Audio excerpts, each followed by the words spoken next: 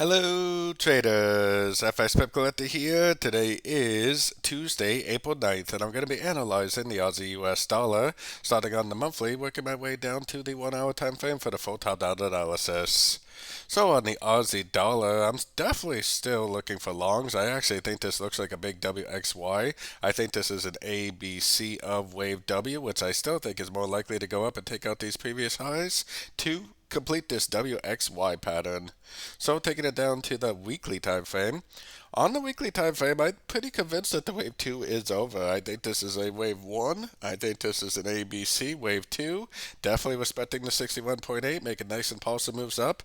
I think we're more likely now going out for a big wave 3, eventually make a wave 4 and a wave 5. Probably a 1, 2, 3, 4, 5 of wave C. So let's take it down to the daily time frame.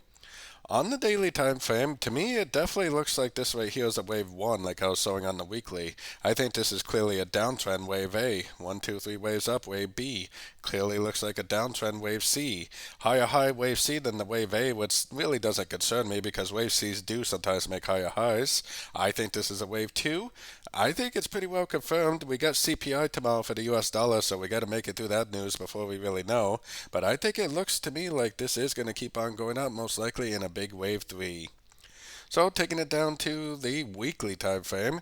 On the weekly time frame, this is clearly an uptrend right here. I would always label something like this as either a wave A or a wave 1, so that way I don't get surprised either scenario.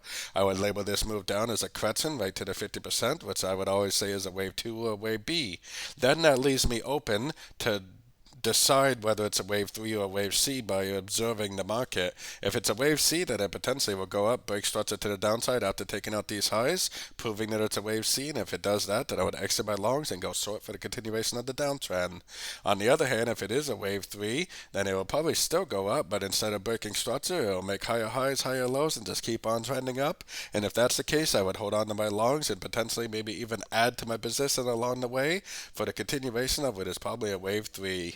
Most likely a wave 3 of C on the longer time frames, which is a wave C of wave Y. So taking it down to the 1 hour time frame. On the 1 hour time frame, I was thinking that this right here could be a wave B today, and I was thinking that possibly it would go down for a wave C like I was showing yesterday, but it ended up pushing past. This actually ended up being an ABC correction, and it's pretty clear to me that we are going out for a wave 3 or a wave C like I was explaining on the 4 hour time frame. I personally would be looking for longs in an uptrend. I would not go long now, but I would definitely be trying to get long on pullbacks. And we have CPI news tomorrow, which is a big news event for the US dollar, so we're going to have to see.